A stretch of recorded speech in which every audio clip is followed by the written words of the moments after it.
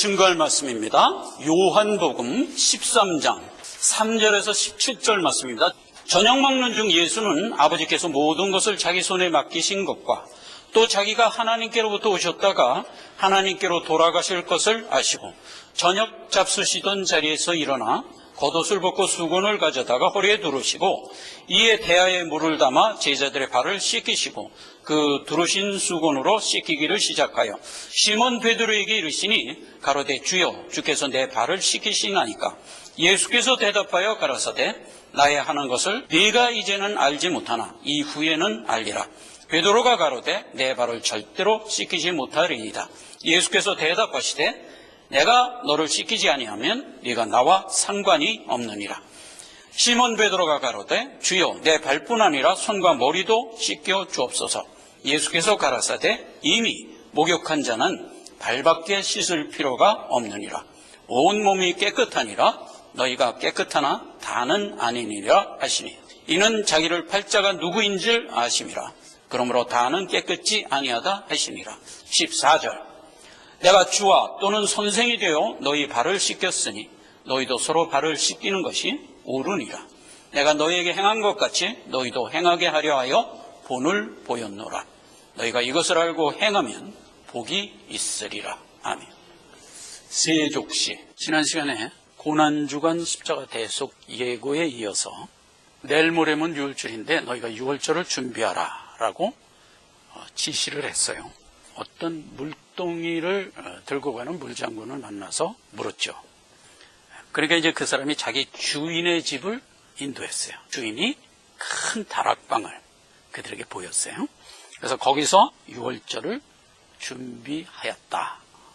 고난주간 화요일에 모든 일정이 끝난 겁니다. 목요일이 된 겁니다. 준비된 다락방에 가서 마지막 유월절을 예수님과 함께 지키죠. 그런데 그 유월절을 원래 이스라엘 백성들은 언제 지켰죠? 정월 14일이 유월절이죠. 그 유월절의 사건을 여호와께서 이스라엘 백성들에게 보여주고 그 다음서부터 너희는 이 날을 기념하여 매년 유월절을 절기로서 지켜라 이렇게 명했던 거 아니에요? 그러니까 이스라엘 백성들이 1500년간 지킨 유월절 절기는 매월 정월 14일 지금 목요일이니까 내일 지키도록 되어 있는 거잖아요. 내일. 그런데 예수님은 어떻게 했어요? 내일이 유월절인데 오늘 지켰다고요. 제자들과 함께 마지막 유월절을 지키는데 원래 율법이 명한 날이 아닌 그 하루 전날 지켰다 이 말이에요. 원래 이스라엘 백성이 지키던 유월절에는 양고기, 무교병, 쓴나물 그렇게 있었어요. 그래서 그걸 갖고 1500년간 지켰던 거예요. 근데 예수님이 오셔서 이 유월절을 어떻게 지키죠? 조금 틀려요. 양고기가 없어요. 떡과 포도주만 있어요.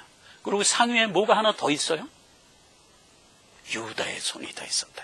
그래서 이제 이 유다의 손은 모든 믿는 자에게 증음으로 따라다니는 핍박. 이렇게 이제 우리가 이제 그 의미를 이제 살펴봤던 거죠.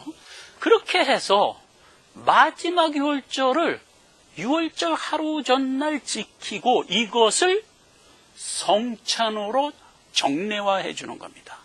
그래갖고 모든 믿는 자들로 하여금 내가 재림할 때까지 고린도전서 보면 그렇게 돼 있어요. 다시 올 때까지 주의 십자가 대속을 너희는 이 성찬을 통하여 리멤버하면서 신앙생활을 해라. 이렇게 명하고 이제 예수님이 그 이튿날 실제로 십자가에 죽으시는 거예요. 유월절은 성취되는 거예요. 어떻게 성취돼요? 예수님이 십자가 대속으로 죽으시는 것으로 성취하는 거예요. 내일 성취를 하면 예수님은 제자들과 함께 성찬을 남길 기회를 영영 잃게 돼요. 그래서 예수님이 하루 전에 마지막 유월절을 제자들과 함께 잡수시고 그것을 성찬으로 정례화해 준 거예요. 잠깐 그림을 좀 봅시다.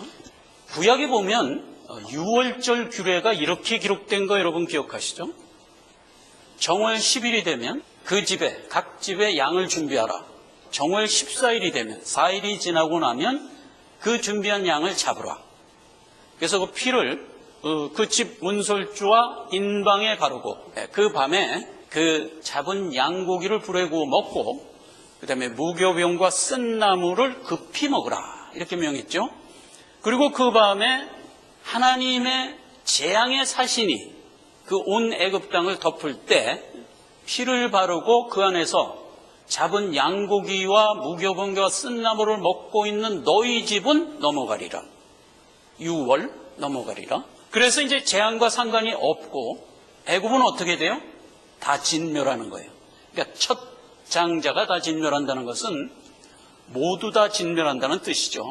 그런데 사람뿐만 아니라 모든 동물까지도 첫 장자는 다 진멸한다 이렇게 된 거예요.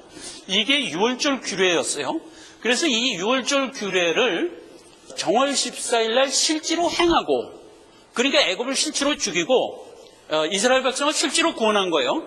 그렇게 하고 그것을 기념하기 위하여 매년 1월 14일이 되면 유월절을 절기로서 지켜라 이렇게 됐던 게 유월절 절기잖아요. 그런데 그 유월절 절기를 쭉 지키면서 이스라엘 백성들이 몇 년간 예수까지 왔어요? 1500년. 그렇죠. 모세 때부터 예수까지는 1500년. 그래서 이제 예수님이 1500년간 지켜오던 그 마지막 유월절을 지금 고난주간, 오늘이 며칠? 이 본문 말씀은 고난주간 네 번째 날, 즉 목요일이란 말이에요. 내일이면 14일, 유월절, 예수님이 십자가에 못 박혀 죽을 거예요. 그래서 오늘 그 마지막 유월절을 제자들과 함께 먹는 거예요. 그래서 예수님이 그걸 먹기를 원하고 원했는데, 자, 모습을 보세요. 이렇게 돼 있어요. 예수님이 성전에 며칠 날 들어왔죠? 호산나 호산나 찬송하리로다 하면서 예루살렘에 입성한 게 날짜로 따지면 정월 9일이에요. 그러면 성전에 들어와서 성전 숙정을 한 날이 며칠이에요? 10일. 성전은 누구예요? 나. 그죠? 나. 그러니까 아까 6월절에서 우리 집에 양을 드린 거예요. 그러니까 나한테 누가 온 거예요? 예수님이 온 거예요. 그렇게 와서 그 월요일에서부터 화요일까지 성전 강화를 하죠. 그래서 하나님이 계속 말씀을 우리에게 주시는 거예요. 함께 하면서. 그리고 12일 수요일에 물장군을 만나서 다락방 예배하라. 그렇게 지시를 해서 이제 제자들이 가서 다락방 예배하는 일을 하고, 오늘 13일 목요일이 된 거예요. 그래서 목요일 날 그 예배한 다락방에 가서 성찬하고, 그 지난 시간에 우리가 살펴본 거예요. 세족식 할 거예요. 그리고 요거 끝나고 뭘 할까? 또 강화를 하는 거예요. 그러니까 강해 설교. 그런데 이 강화는 요한복음에만 기록되어 있어요. 그래서 14, 15, 16, 17장 4장에 걸쳐서 4번 강화를 해요. 그래서 그거는 연속해서 살펴볼 거예요. 고난주간 월요일 날 성전에 들어와서 지금 쭉 강화를 해왔어요. 그렇게 강화를 한 것은 마태, 마가, 누가에 쫙 기록되어 있죠.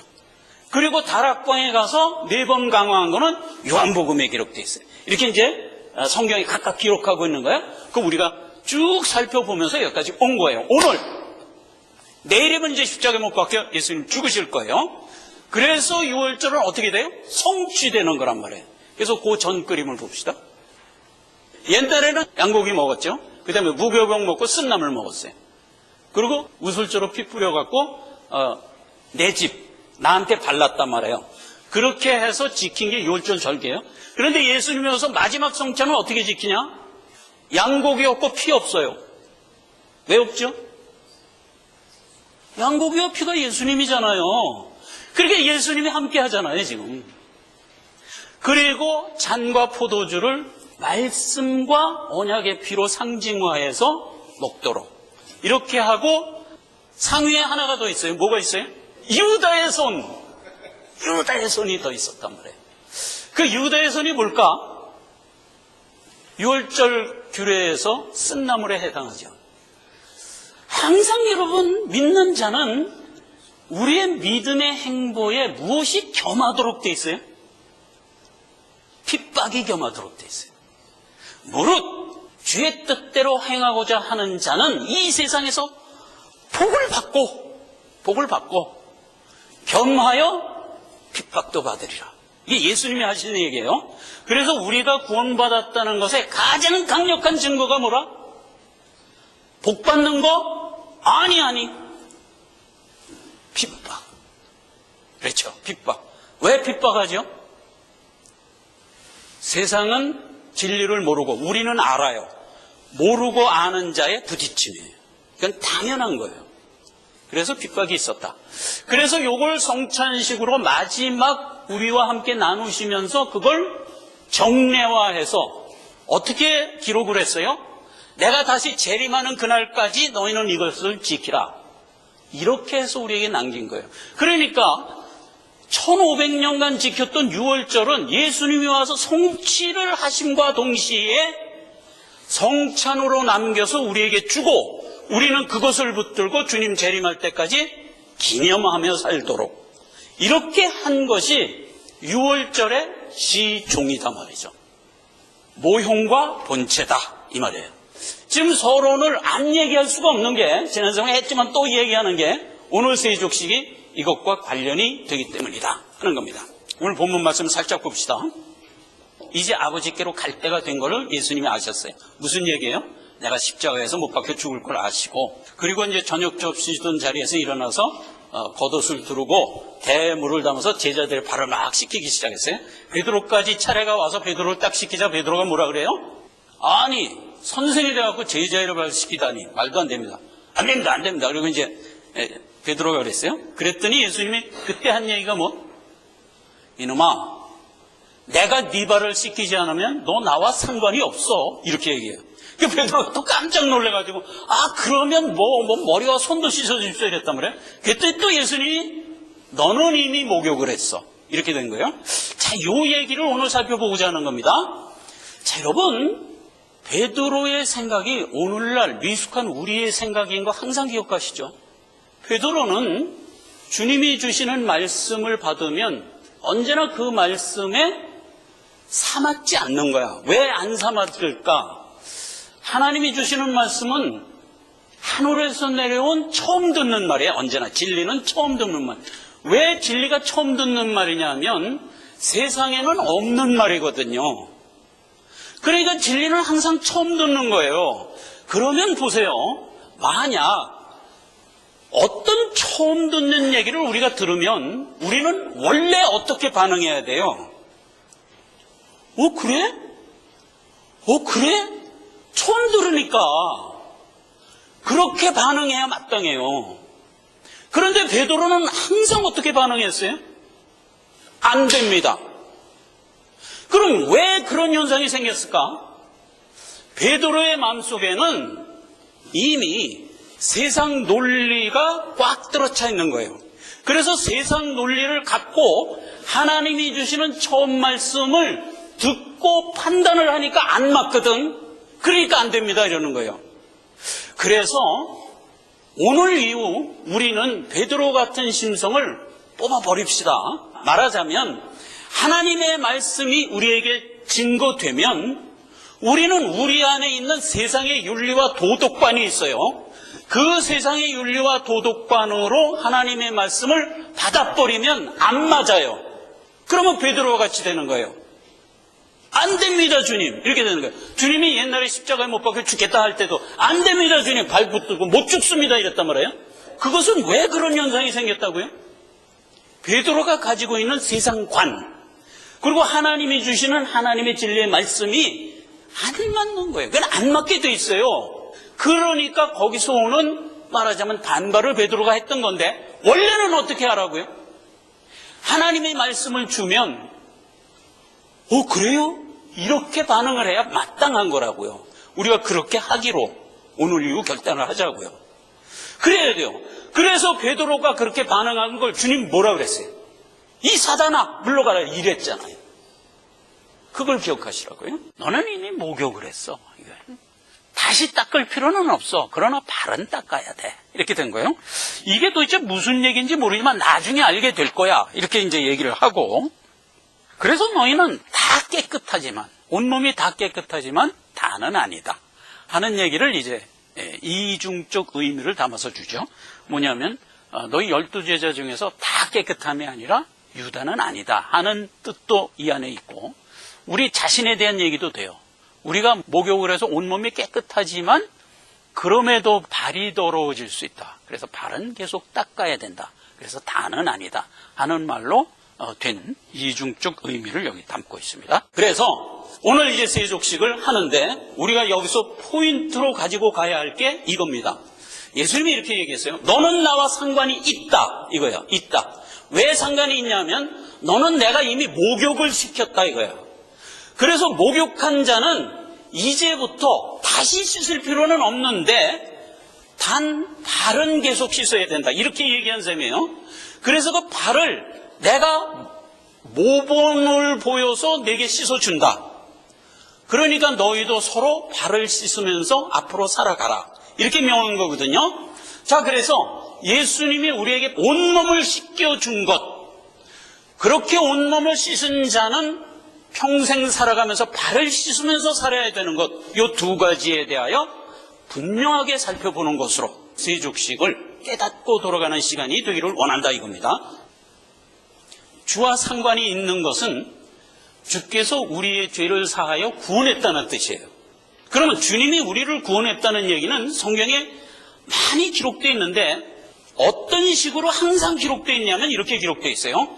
데살로니가 후서 2장 13절 주의 사랑하는 형제들아, 우리가 항상 너희를 위하여 마땅히 하나님께 감사할 것은 하나님이 처음부터 너희를 택하사 성령의 거룩해 하심과 진리를 믿음으로 구원을 얻게 했다. 성령의 능력으로 진리를 믿게 하여 구원했다고요. 우리가 온몸을 깨끗이 목욕했다는 얘기와 같은 얘기예요. 예수 그리스도가 오셔서 십자가 대속을 함으로써 우리의 죄가 깨끗해지는 거예요. 죄값을 치렀으니까 깨끗해짐으로써 우리가 새롭게 되는 거예요. 그래서 구원을 얻은 건데 이것은 전적으로 누가 한 일이다? 하나님이 한 일이다 이거예요. 요한복음 5장 24절에는 내가 진실로 진실로 너에게 이르노니 내 말을 듣고 또 나 보내시는 이를 믿는 자는 영생을 얻었고 심판에 이르지 아니하나니 사망에서 생명으로 옮겼느니라. 그래서요, 사망에 있던 우리가 생명으로 옮긴 것은 내가 어떤 노력을 해서 옮긴 게 아니고 대속의 은혜를 베풀어 주는 것으로 인하여 내가 생명을 갖게 되었고, 그것을 내가 예수님이 주신 복음의 말씀을 듣고 믿음으로 그걸 확인하는 거예요. 내가 믿어서 구원을 얻었다는 얘기는 그 얘기예요. 예수님이 해놓은 일을 확인하는 거예요. 그걸 믿었다 그러는 거예요. 그렇게 해서 믿은 거기 때문에 이것은 내 의지와 내 노력으로 된 게 아니고 전적으로 하나님이 하신 일이다. 이 얘기를 로마서 9장 11절은 이렇게 얘기하고 있습니다. 자식들이 아직 나지도 아니하고 무슨 선이나 악을 행하지 아니한 때에 택하심을 따라 되는 하나님의 뜻이 행위로 말미암지 않고 오직 부르시는 이에게로 말미암아 되게 하려 하사, 나의 의로운 행위로 말미암아 된 게 아니고 우리가 원수 되었을 때, 우리가 아직 부족할 때, 우리가 죄인일 때 하나님이 우리를 위하여 하신 일, 십자가 대속이에요. 그 일을 통하여 내가 깨끗함을 입게 되고 그것을 주님이 주신 복음으로 듣고 아멘하여 나온 자가 확인이 되는 거예요. 확인이. 내가 깨끗해졌다는 게 확인이 되는 거예요. 그렇게 해서 우리는 목욕한 자, 즉 구원 얻은 자란 말이에요. 자, 구원받지 못한 자를 얘기할 때도 동일한 말을 써요. 처음부터 너는 구원받지 못했다 하는 얘기를 써요. 요한일서 3장 8절에 보면 죄를 짓는 자는 마귀에게 속하나니 마귀는 처음부터 범죄함이니라. 하나님의 아들이 나타난 것은 그 마귀의 일을 멸하라고 오신 거야. 이렇게 된 거예요. 죄를 짓는다는 게 성경적으로 무엇을 죄를 짓는다고 그러는 거예요? 살인하고 도둑질하고 사기치고 이런 걸 죄를 짓는다고 그러는 건가? 그것도 물론 죄지만 근본적으로 하나님을 모르고 사는 것, 이게 죄예요. 살인하고 거짓말한다. 불신에 대한 대표적인 성경인데 왜 불신자를 거짓말을 한다고 그러냐면 영생으로 나갈 수 있는 길을 하나님이 분명히 우리에게 줬는데 그걸 거부하는 거예요. 영생을 얻을 길은 하나님이 준 이것밖에 없는데 그 길이 아니고 이 길이라는 거예요. 그러면서 뭐 착하게 살아라, 인간답게 살아라 그러면 우리가 영생을 얻을 수 있다라고 자꾸 거짓말을 하는 거예요. 그러면 신자들이 착하게 살 필요가 없고 인간답게 살 필요가 없다는 얘기냐? 아니. 그거는 우리가 생명을 갖고 나서 살아가는 우리의 삶의 상식적인 부분이 일부를 얘기하는 거지, 하나님이 우리에게 준 복음의 말씀 안으로 들어가지 않는 한 영생을 얻을 수가 없다고요. 그러니까 그걸 도외시하고 인간이 세운 어떤 윤리 도덕을 행함으로써 구원을 얻을 거라고, 영생을 얻을 거라고 이렇게 얘기하는 것을 거짓말이라 이거야. 그래서 거짓말인 거예요.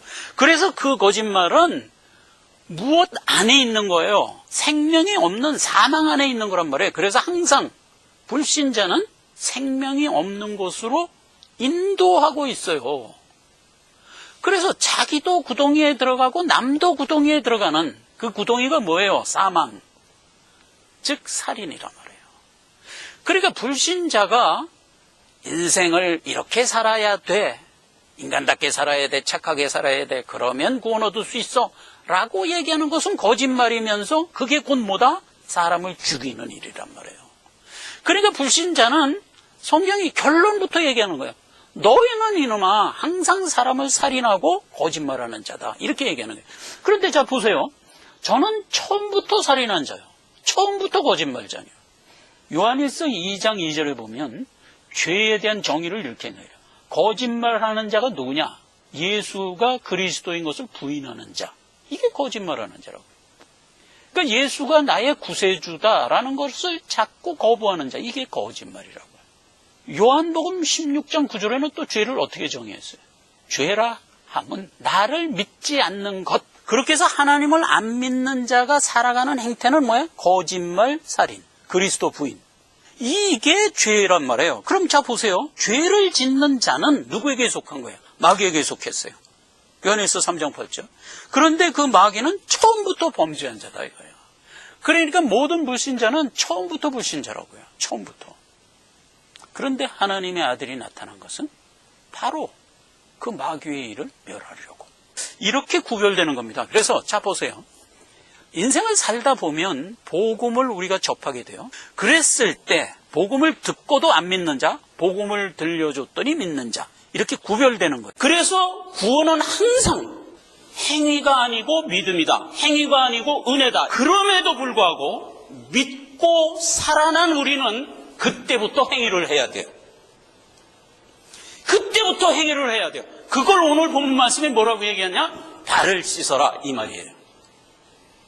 그때부터 우리는 발을 씻으면서 살아가야 돼요. 즉 온몸이 깨끗해서 죄사함을 받은 우리는 이제부터 발을 씻으면서 내 자신을 성찰해 나가라 하는 것이 주님이 우리를 구원한 뜻이에요.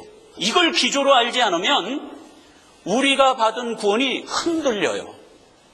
굳건하게 우리가 받은 구원을 굳게 부여잡고 나가지 않으면 안 되기 때문에 이것은 우리가 배직으로 분명히 가지고 있어야 돼요. 만약 내가 내 의지로 믿어서 구원 얻었다, 이렇게 구원관이 정립이 되면 어떤 문제가 생기냐? 내가 문제가 생기고 무슨 일을 당하면 내가 부족함으로 내가 잡았던 구원이 흔들려요. 그러면 안 돼요. 내가 받은 구원은 내 노력과 내 능력으로 된 게 아니라는 것이 배직이 돼야 돼요. 하나님이 일방적으로 하신 일이라는 것이 든든한 기둥으로 서야 돼요. 그래야 내가 어떻든 내가 받은 구원은 견고한 거예요. 비록 내가 잘못됐을지라도 그래도 믿을 자는 예수님밖에 없다. 이게 분명하기 때문에 우리는 또 일어날 수가 있어요. 이 굳건한 능력을 하나님이 우리에게 기본적으로 주고 출발을 한 거예요. 내 발을 씻는 것은 이제 비로소 행위예요. 아까 구원 얻는 것은 행위로 안 된다 그랬어요. 그러나 이제는 구원받은 이후부터는 행위예요. 그게 발 씻음이에요. 요한복음 15장에는 구원받은 내 백성들을 모아놓고 다락방 강화 때 이렇게 얘기를 했어요. 물은 4개 속 과실을 맺지 않는 가지는 아버지께서 이를 제해버리시고 물을 과실을 맺는 가지는 더 과실을 맺게 하려 하여 이를 깨끗게 하시느니라. 과실을 맺게 하려고 우리를 깨끗게 했대요. 그러면 깨끗하다는 게 무슨 얘기라고 했어요? 여태까지 지금 우리가 알아본 게 죄사함, 즉 구원이에요. 그러니까 우리에게 과실을 맺게 하려 우리를 구원했다, 이 뜻이에요. 그러면 과실이 뭘까요? 베드로식으로 알아듣기 되면 과실은 즉 뭐예요? 우리의 어떤 공로, 우리의 어떤 선행, 이렇게 자꾸 생각하려고 그래요. 물론 그게 나쁘다는 게 아니에요. 우린 그러면서 살아야 돼요. 그러나 여기서 얘기하는 과실은 그게 아니에요. 성경에서 얘기하는 열매는 다분히 행위적이 아니고 성품적이에요. 성품적. 그래서 열매를 설명한 고린도전서 13장에 가보면 열매의 정의가 쭉 나오죠. 성령의 열매는 하고 쭉 나오는 게 뭐든가요? 전부 성품이잖아요. 사랑, 희락, 화평, 오래 참음, 자비, 양성, 충성, 온유, 절제. 전부 성품적인 게 주 닮은 성품으로 무르익게 하려고, 열매를 맺게 하려고 이렇게 얘기한 거예요. 구원한 자가 성품을 무르익는 것은 가지고 있는 육정이 내재되어 있잖아요. 우리는 구원을 얻었어도 내 영은 살아서 영생을 가졌지만 내 육정은 아직도 죄된 몸이라고 로마서 8장 10절에 기록되어 있잖아요. 그러니까 우리는 아직 죄된 몸을 입고 우리의 수 안을 사는 거란 말이에요. 그래서 우리 안에서 나오는 육정과 내가 살아난 내 영이 부딪히게 돼 있어요. 그 부딪힘에서 오는 상함이 우리에게 있어요. 그래서 그 상함을 이기면서 내가 내 앞길을 걸어가는 것을 성화, 즉 발씻음이라고 그러잖아요. 그래서 그걸 자세히 보자 말이에요. 디도서 3장 4, 5절. 우리 구주 하나님이 자비와 사람 사랑하심을 나타낼 때 우리를 구원하시되 우리의 행한 바 의로운 행위로 말미암지 아니하고 오직 그의 긍휼하심을 쫓아 중생의 씻음과 성령의 새롭게 하심으로 하셨나니 이 영생의 소망을 따라 뭐가 되게 하려고? 내 나라 천국의 후사 되게 하려고. 그러니까 하나님이 우리를 구원할 목표예요. 천국의 후사 되게 하려고. 그래서 우리에게 하나님의 능력으로 목욕을 시켜줬다 이거예요. 그러니까 너희는 목욕한 깨끗한 자로서 나를 따라오라. 그래서 어디까지 따라오라? 천국의 후사의 자리까지 따라와라. 이렇게 된 거예요. 그럼 거기까지 가려면 우리가 어떻게 돼야 돼요? 우리 일생을 살아야지. 그렇죠? 우리의 일생을 살아야지. 그래서 우리의 일생을 살고 우리의 일생이 끝나면 우리는 어디로 갈 거예요? 내 아버지의 본향, 하나님이 예비한 나의 본향, 내 유업을 받으러 가는 거예요. 그때 후사가 되는 거예요. 그럼 그때 후사의 인격이 형성되기 위해서는 지금 우리가 살아가고 있는 신앙생활의 기간이 필요하다 이거지. 그렇죠? 그래서 이 기간에 우리는 발을 씻으면서 가라고 명하는 거예요. 주께서 우리에게 발을 씻지 않으면 안 되는 상황을 우리의 일생에 담아주세요. 이렇게 담아주세요. 우리는 하나님이 주신 영의 소욕이 있어요. 그래서 그 영의 소욕을 갖고 살아가요. 그런데 우리 안에 내재되어 있는 육정은 사실은 육의 소욕이에요. 그렇죠? 육의 소욕. 이게 서로 부딪혀요. 그 다음에 우리가 몸담고 사는 이 세상도 죄된 세상이에요. 그러니까 이제 세상도 우리에게 어떤 어게인스트가 돼요. 그러면 우리는 우리 뜻대로 살고자 가만 내버려 두면 어떻게 살아갈까? 나 좋은 대로 살아가요. 그럼 그 육정 따라 사는 거예요. 그렇게 육정 따라 사는 것이 살아난 내 영이 거슬려. 여러분, 믿는 자는요, 나 편한 대로 살잖아요. 나 편한 대로, 우리 예를 한번 들어봅시다. 퇴근을 해. 그러면요, 발 씻고 아무것도 하기 싫어. 그냥 널브러져서 텔레비 보고 재미있게 그냥 시간 보내다가 맛있는 거 먹다가 푹 쓰러져 잤으면 좋아. 그럼 그렇게 살아요. 그냥 매일 그렇게 살아. 그러다 보면 어떤 생각이 들어요? 내가 이러면 안 되는데, 이런 생각 안 드세요, 여러분? 들어요. 그런데 불신자들은 전혀 안 들어요, 그런 생각. 그냥 그 즐거운 생각이 계속되기를 바라죠, 오히려. 근데 우리는 안 그래요. 이러면 안 되는데, 이런 생각이 들어요. 그게 벌써 부딪힘이에요. 그럼 어떻게 해야 될까? 확실한 답은 모르겠는데 아무튼 이러면 안 되는데 이런 생각이 들어요. 그리고 우리의 일상에서도 그래요. 우리 육정대로 살면요, 세상 사람들하고 똑같아요. 뭐에 대해서 우리가 강하게 반응하게 돼 있냐면 이해관계에 대해서 강하게 반응하게 돼 있어요. 세상 물질, 돈에 대해서 강하게 반응하게 돼 있어요. 그렇기 때문에 내 뜻대로 내비두면 거기에 막 반응하면서 아귀다툼을 하면서 살게 돼요. 나도 모르게 그렇게 살아요. 그렇게 살면서 어느 날 문득 또 깨닫는 거예요. 내가 이렇게 한심하게 살 수는 없지 않나 하는 생각을 또 하게 돼요. 왜 그렇죠? 하나님이 내게 주신 생명력이 있기 때문에 그래요. 우리에게만 있는 성정이에요. 자, 그래서 하나님이 구약에 이 얘기를 왜 남겼냐? 그런 우리의 상태를 이렇게 얘기한 거예요. 자, 보세요. 하나님이 구하는 제사는 상한 심령이라 하나님이요 상회하고 통회하는 마음을 주께서 멸시치 아니하시리이다. 우리에게 계속 그런 상한 심령으로 통회를 하면서 가게 돼 있어요. 그때에 우리의 그 상한 심령을 주께 내려놓고 주여 내가 이렇게는 살 수 없습니다. 주여 좀 어떻게 해주세요 하고 주께 내려놓는 우리의 마음을 주님이 결단코 멸시하지 않는다 이거예요. 주님이 쌓아준다고요. 이게 뭘까? 이게 복이에요. 여러분, 이게 복이에요. 우리가 인생을 살아가면서 무탈하게 사는 게 복일 것 같아요? 아무 일이 없어. 무탈해. 그렇게 살아가는 게 복이 절대로 아니에요. 믿는 신자는 인생을 어떻게 사는 거냐? 통회하고 상하며 살도록 하나님이 이끄시잖아요, 지금. 그래서 그걸 느끼면서 다시 돌이키고 애통해하고 하는 게 복이지.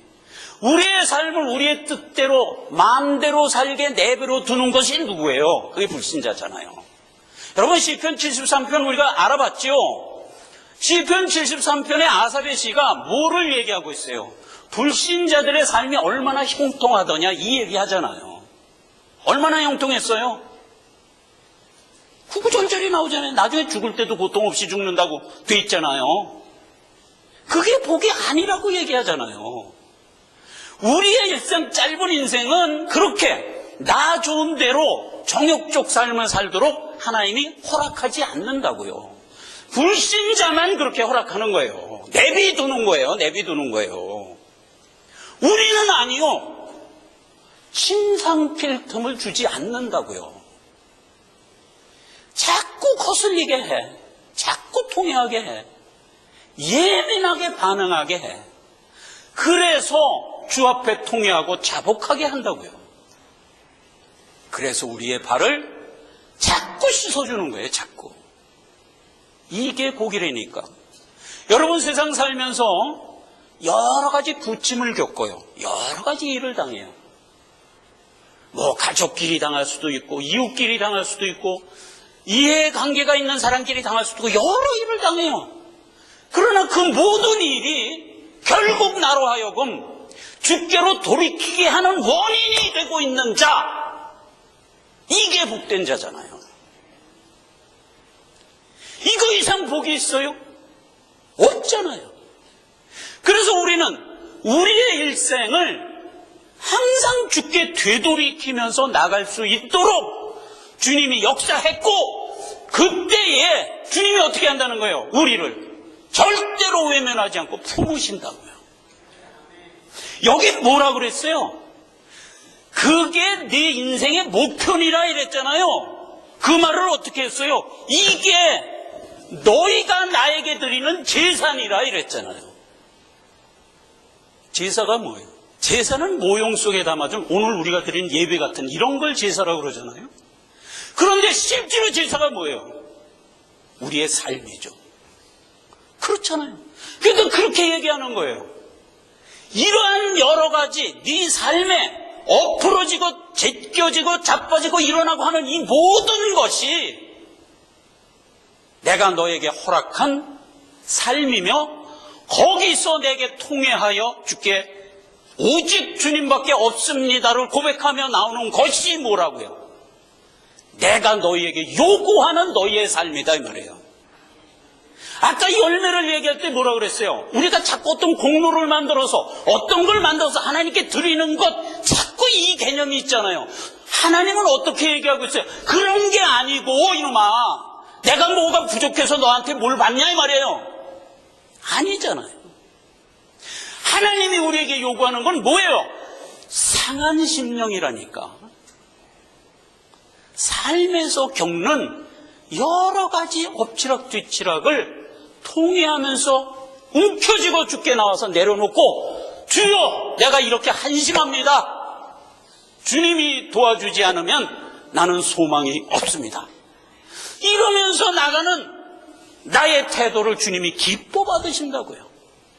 그러면서 주님이 우리에게 주는 얘기가 뭐야? 바로 그게 네가 나한테 드려야 할 재산이라, 즉 너희 삶이니라, 우리 인생의 목표니라, 이렇게 얘기하는 거예요. 그렇죠? 이게 오늘 세족식이에요. 요한일서 1장 9절에 보면, 만일 우리가 우리 죄를 자백하면 저는 미쁘시고 의로우사 우리 죄를 사하시며 모든 불의에서 우리를 깨끗게 하실 것이요. 이거는 구원받았을 때 얘기가 아니에요. 구원받고 난 이후에 우리가 주께 모든 것을 내려놓을 때 주님이 항상 그걸 받으시고 언제나 정결하게 해주시는 이 손길이 우리에게 있다는 거예요. 이거는 너무너무 큰 복이에요. 불신자들이 살다가 어떤 안 좋은 일을 당해요. 그러면 그거를 들고 가서 나 이런 일 당했는데 이거 좀 어떻게 해결해 주십시오 할 사람이 있어요? 우리는 어때요? 천지를 지으신 내 아버지가 있다고요. 아버지한테 나 이런 일을 지금 고난받고 있습니다. 내 힘으로는 안 됩니다. 주님 해결해 주셔야 되겠습니다. 하면 우리에게 언제나 평강과 안온을 선물로 주시고 그 일을 하나님이 품으신다고요. 하나님이 품으시면 일 끝난 거예요. 끝난 거예요. 육신적으로 어떤 결과가 오든 우리는 끝난 거예요. 이렇게 큰 능력이 우리에게 있는 거예요. 발 씻으면서 사는 자는 이미 복받은 자예요. 주와 상관이 있는 자예요. 우리에게 명합니다. 너희는 내 마음을 갖고 살아라. 에베소서 4장 32절, 서로 인자하게 하며 서로 불쌍히 여기며 서로 용서하기를, 하나님이 나를 용서하신 것 같은 마음으로 하라, 이렇게 명하는 거예요. 이게 행위예요. 그런데 이 행위는 능력이 덧입혀져 있어요. 내 힘만 갖고 가지 않게 하세요. 하나님이 항상 하나님이 함께 하면서 그 길을 가요. 그리고 우리는 근원적으로 무슨 일을 당해도 하나님으로부터 이미 목욕을 받은 자라는 자긍심이 있기 때문에 좌절하지 않아요. 좌절하지 않아요. 그래서 이 행위를 능력 있게 할 수 있는 거예요. 자, 행위로는 구원이 안 된다. 그럼에도 불구하고 우리는 구원받은 이후에 강력한 능력의 행위를 하면서 살아라, 이렇게 얘기한 셈이 말씀을 마칩니다. 우리가 믿기 전에 죄인으로 있을 때 우리는 복음을 접했습니다. 그래서 다 구원받은 자들이잖아요. 복음을 접했어요. 그때 우리는 어떻게 생각을 했나요? 이대로는 안 되겠다, 뭔가 새로운 분기점이 있어야겠다 하고 자각을 했어요. 그때 이대로는 안 되겠다 하는 생각은 뭐에 대한 그거였어요? 생명에 대한 거였어요.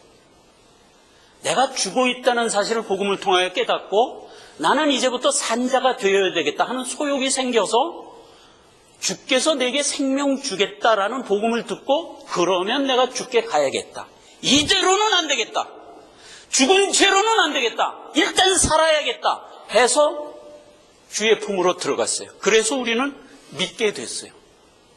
그러나 여러분, 그렇게 구원받은 우리는 이제 하나님의 성품을 갖고 살아가는 여정에서 여러 가지 부딪힘을 만나요. 그래서 우리는 또 생각해요. 이대로는 안 되겠다. 뭔가 분기점이 있어야겠다. 그럴 때 이대로는 안 되겠다는 뭐에 대한 거죠? 생명이 아니에요. 이미 우리는 생명을 얻었어요. 뭐에 대한 거죠? 성품에 대한 거예요. 이 성품대로는 안 되겠다. 주의 장성한 성품을 닮아가야겠다 하는 자각을 매 순간 할 수밖에 없는 자로 하나님이 우리를 불렀다 이거예요. 그래서 우리는 그 성향을 갖고 발 씻으면서 살아간다 이거예요. 내 발만 씻을까요?